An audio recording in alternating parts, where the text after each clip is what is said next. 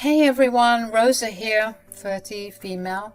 Let me spill some tea about how I dodged a bullet and got out of a toxic situation. It's a little crazy, but it's a reminder to always listen to the kids because they might just save your life. Ironically enough, they're smarter than you think, so buckle up for this roller coaster.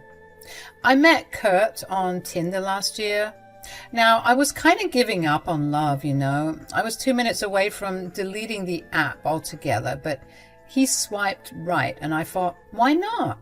He wasn't my type, but sometimes you gotta step out of your comfort zone, right? Well, that was a big mistake, let me tell you. We went on a few dates, and at first he was charming as heck. Made me feel like I was the only girl in the world. Classic love bombing, you know, the drill. But here's the kicker. 3 months in and he's already talking about marriage. Like, hold up, buddy. We just started dating. Can we slow down a bit? He had this whole spiel about us being made for each other and he couldn't live without me. Red flags, anyone? Stupidly, at the time, I was soaking it all in, thinking I was entering my soft girl era and finally getting the love and appreciation I deserved. Thanks, daddy issues.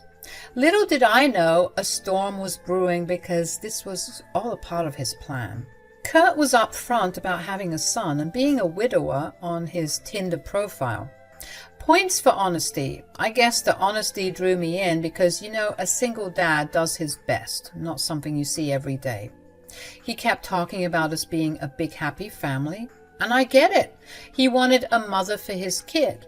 At first, the love bombing seemed cute. Like I said, I was lapping it all up, but when he started pushing for marriage more and more, that's when the alarm bells started ringing. Like, why the rush, dude? Then came the manipulation tactics.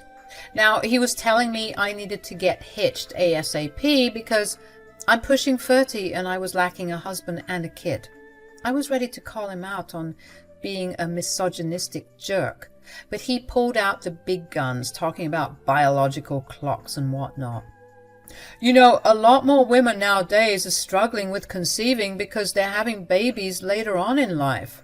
I'm just saying, if you want to be a mom, you have to consider that. I guess you make a valid point. And you can practice being a mom with my son. Think about it. He's already 16, but trust me, he can be a little bit of a stinker. What do you mean? Well, I suppose I shouldn't talk crap about my own son. Huge red flag, by the way. But I could describe him as manipulative. Manipulative? How? He's literally a kid. You don't know him like I do. He's manipulative and rebellious. I guess that's expected. He's 16 after all. You're not doing a good job selling this whole motherhood thing, hey? But don't you see? Taking care of Herbert is going to help you out a lot. Kids are always crazy and rebellious like that. So it's better if you handle it now with a kid who isn't in his terrible twos anymore. Yeah, he's a bit of a prick, but it's nowhere near as tough as dealing with a newborn. This'll be a good seg. Can you believe I actually fell for it? Kurt had this way of making it seem like I needed to experience parenting with his son Herbert before diving into the whole baby thing. He painted this picture of how tough it would be, and I bought it hook, line, and sinker. Despite my initial reservations, he kept pestering me until I caved. We'd only been officially together for about 6 months, and everyone around me was screaming, "Don't do it!" Friends, family, they all warned me. But call me love-struck or something, I was ready to cut off ties for this man. They were unsupportive, of course, but I just didn't care at the time. Our wedding day came and only a handful of my friends showed up. It was a bit sad, but I was convinced that marrying Kurt was the best decision ever. I also got a chance to properly get to know Herbert. He's a sweet kid, quiet, reserved, but sweet nonetheless. Our wedding day turned out pretty good, all things considered. I was quite happy about it all. Kurt and I had our honeymoon and we returned to his home where we found Herbert. But almost immediately I could tell something was off. When Kurt got home, instead of greeting and hugging his kid, he immediately started barking orders at him. Herbert, being the shy sheep he was, just complied. It just seemed like a loveless relationship, and I awkwardly tried to play it off sometimes. But when Kurt was being particularly bossy and pushy and mean, I would butt in. Big mistake. "Herb, get me a root beer." "Please." "What?" "I was just saying you could say please." "Don't tell me what to do." Whoa, take it easy. I was just saying, I've noticed you treat Herbert like he's your slave." "What did you just say to me?" I was just saying that I feel like, you could be a bit nicer to your kid is all." "Don't tell me how to parent my kid. He's not a slave, right, Herb?" "Right, Herb?" "Right. I'm not a slave." Come on, are you serious? "Say one more word. I dare you." I had to button my lip right then and there. I could now see the cracks in the relationship. He had never spoken to me like that before, and I was so shocked and low-key scared. This is how it went for about 2 months or so. I was a bit sheepish approaching Herbert because I wanted to check up on him and see how he was doing. So one day I went to Herb's room and knocked on the door. He reluctantly let me in, and I could tell he was super nervous trying to talk to me. But I was once a shy kid too, and I was determined to get to the bottom of his shyness and break him out of his shell. We had a little small talk. I was trying to get to know him better and ask him about his interests. I could tell that he appreciated the effort, and slowly but surely he started opening up. We spent the whole afternoon playing Mortal Kombat that day, and for the first time ever, I saw Herbert smiling. I could have sworn he even let out a chuckle or two, but maybe I'm reaching. I was really happy. It finally felt like I had an ally in this war zone I called home. You might have suspected it by now, but I was starting to resent Kurt and all the crap he was doing. He became the poster child for wife beaters, your typical emotionally unavailable drunk, always stumbling home and cursing at everyone and everything. A very angry man. I honestly felt a bit catfished. Not by looks, but by personality. He was such a sweet guy at first, and I knew that he could return to that if I just waited for him to get better. But yet again, that was a huge mistake. You see, folks, you can't wait for someone to do better. This was his plan all along, to lure me in and give me a false sense of security so that he could spread his abusiveness. It was sick, and I never expected myself to be in such a situation. And of course, I thought about ending things, on many occasions even, but I couldn't just leave, Things were different now. We were married, and getting a divorce, especially with a man like Kurt, can be very ugly. Plus, I couldn't bear the thought of leaving Herb behind to deal with all that drama. I felt really stuck. One day, I mustered the courage to talk to Herb about some things that were a bit more serious. I was hoping that I could get some incriminating evidence because I couldn't really sue the man for yelling at me and being a bit verbally abusive.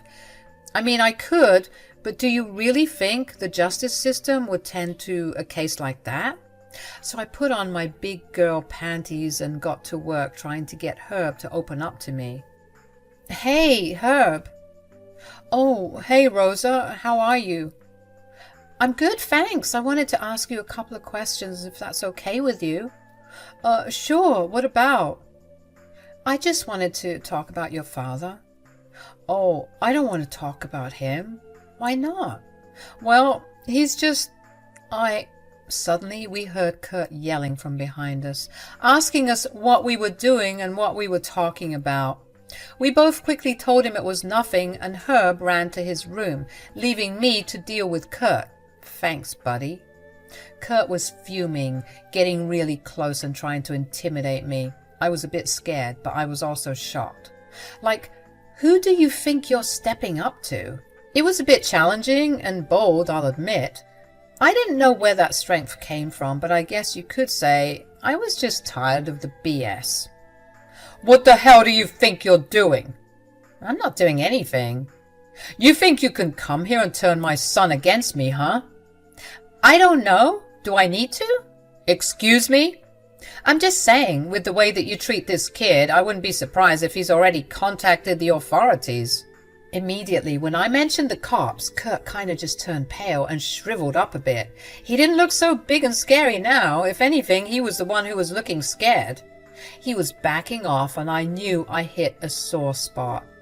I didn't know why the cops were such a sore subject for him, but clearly it was. I knew I had a new weapon in my arsenal, and I had to dig a little deeper to find out why Kurt was so triggered by this. Kurt kinda left me alone for a bit after that, still feeling a bit sheepish, I guess. But slowly but surely, as the days went by, he was back to his normal self, being loud, annoying, and mean.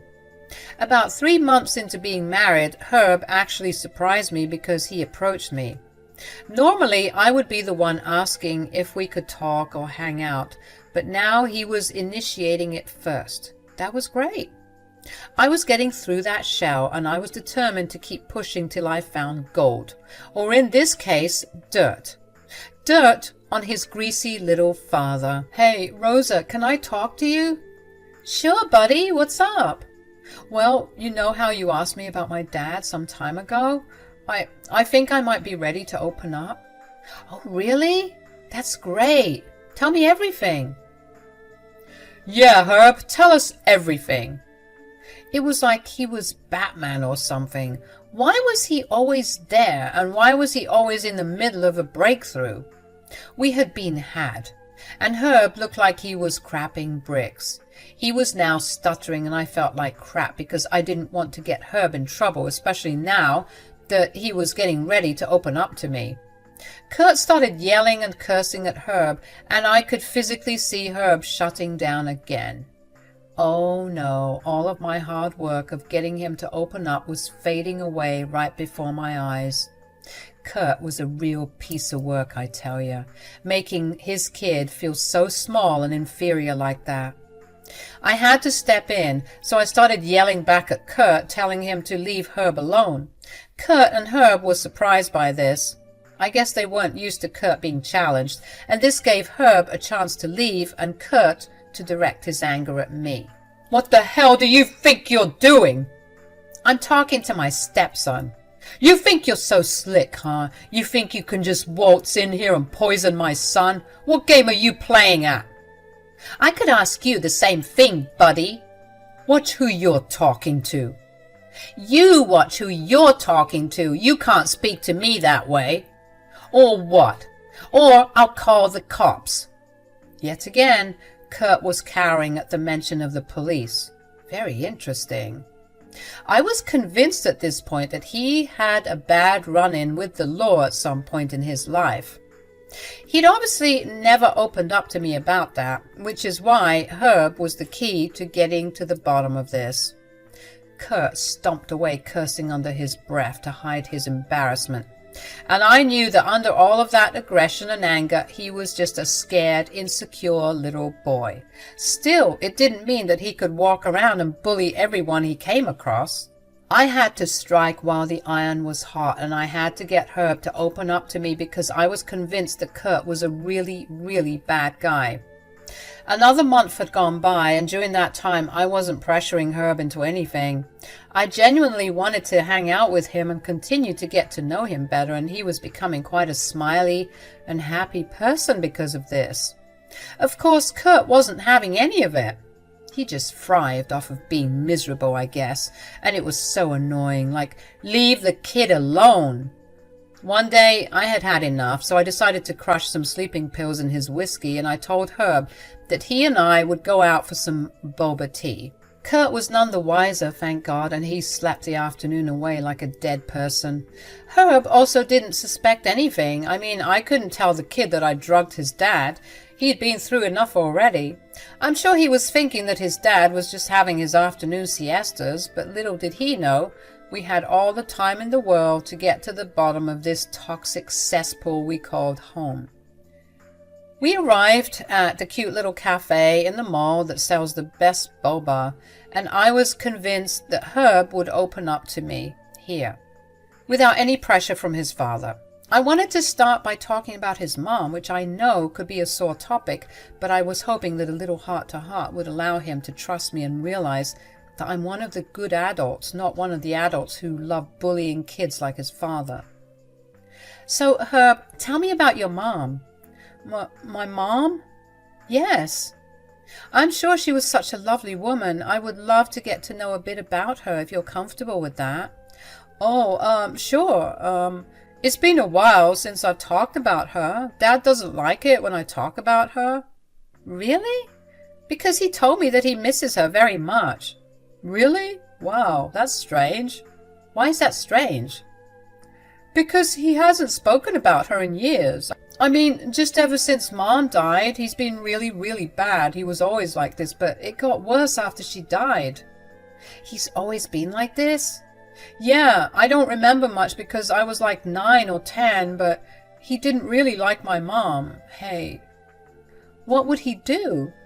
Honestly, she was kind of like you. She was always challenging him and fighting back, and then the night when she died, oh God. It's okay if you don't want to talk about it, sweetie. I can see you choking up. No, I need to get this out. It's been so long, and I'm tired of carrying this weight on my shoulders. There's something I should tell you. What's going on? The night my mom died, they got into a huge fight. She had sent me to my room because she didn't want me to see what was happening. I tried to go to sleep, and I guess eventually I did, because when I woke up in the morning, my dad told me that she had died. What? How did it happen? He never really said. He just said he went to sleep and he woke up and found her dead. Wow, that's really suspicious. I thought so too, but every time I tried to bring it up, he would yell at me. I'm so sorry you had to go through that. You didn't deserve that. I learned that I needed to just keep my head low because no matter what I did, he was always yelling at me. We need to get to the bottom of this, Herb. I can only help you if you help me help you. I can't, okay? I can't do it. You should run while you still can because this family has a whole closet full of skeletons, okay? What skeletons? I can help you, I promise. I'm not going to leave your side. He paused after I said that. It looked like he was trying to hold back tears. Eventually, after a beat of silence, he said this. Well, I guess here goes nothing. He very reluctantly started telling me something very serious. He pulled out his phone and showed me a scanned copy of a police report that was filed by his late mother, Kate. It was detailing a domestic violence dispute that they had, and once I saw it, my jaw dropped. Herb was now getting scared, thinking that he made a mistake showing me this information, but I told him he didn't need to worry and that he could keep going. I found this last year. I was messing around in my mom's old files just to feel her presence, I guess, and I saw it, and I scanned it, and it's been saved in my phone ever since. I saw the picture on his phone, and I was gobsmacked. It was a police report that Herbert's mom had filed against Kurt, detailing some horrific domestic abuse claims. She had also attached some pictures to the report, and I gotta say, they were pretty hard to look at. Additionally, it was noted in her file that she had stated if given the chance, he would possibly kill her. I was so shocked. I asked him what had happened and what he knew about the case. He said that that's what he's trying to figure out. He didn't know anything else about the case other than the files he found, and he's been going crazy trying to figure out why it wasn't filed or why it wasn't taken seriously. This kind of thing happens all the time, though. People see women suffering and they do nothing about it. Even the people who are supposed to help us don't help us at all. This is the worst thing I've ever seen. I'm so sorry. It all just seems hopeless. My whole life I've been beaten down by him. I don't know. It just doesn't seem like anything will change. And if I say something, he might do something to me. I'll make sure that doesn't happen. No, Rosa. You've been so nice to me. I thank you. But if you want my advice, you should run as fast as you can, like I said. This is my family mess, and I guess I'll just have to deal with it. I wouldn't take no for an answer. I hugged Herbert and told him that everything was going to be okay and that we'd get through it together. I assured him that the moment we got home, we were packing up some things and going to stay at my friend Martin's place. Herbert was, of course, trying to resist it, saying that this was all a big mistake, but I assured him that he did the right thing by telling me about the case file his mom made. When we got home, we saw that Kurt was still passed out, so we hurriedly got some stuff and went our merry way to my friend Martin's to get away from Kurt's crazy ass. Herbert and I went to the police station shortly after we got a bit settled at my friend's place. I told them everything Herbert had told me, showed them the proof, and requested a psychologist to check up on Herbert because he had been through a lot. I was so relieved to hear the police saying that they would look into the case. They were even wondering why it wasn't taken seriously in the first place, and they wanted to look into the officer in charge of the case and take some action. I made sure to keep communicating with them to see if this could stand as enough evidence as grounds for divorce, obviously, but also to get custody of Herbert since he was currently living with me. Fast forward a couple of days and Kurt was arrested in his home. I'm sure it was super embarrassing. After Herb and I left and Kurt finally woke up, he went ballistic, blowing up our phones and asking us where we'd been. I told Herb to ignore him no matter what until the police got back to us with news of his arrest, because he was super pissed. Who knows how he could have reacted. When Kurt got arrested, he had used me as his one phone call, and he started yelling and cursing at me. I just stood there waiting for him to finish. "What the hell is wrong with you? I didn't even do anything."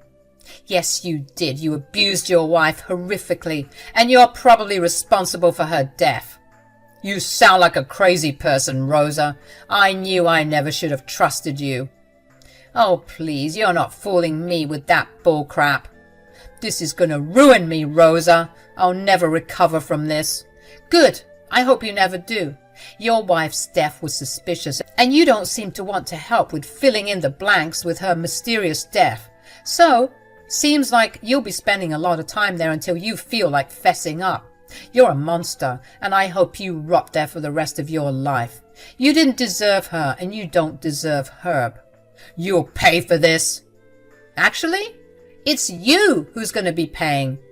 Me, alimony, when I officially divorce your abusive behind." I cut the call as he was ranting and yelling, and I looked over at Herb, who heard the whole thing, and for the first time in what felt like forever, I saw Herb let out a big sigh, and his shoulders slumped in relief.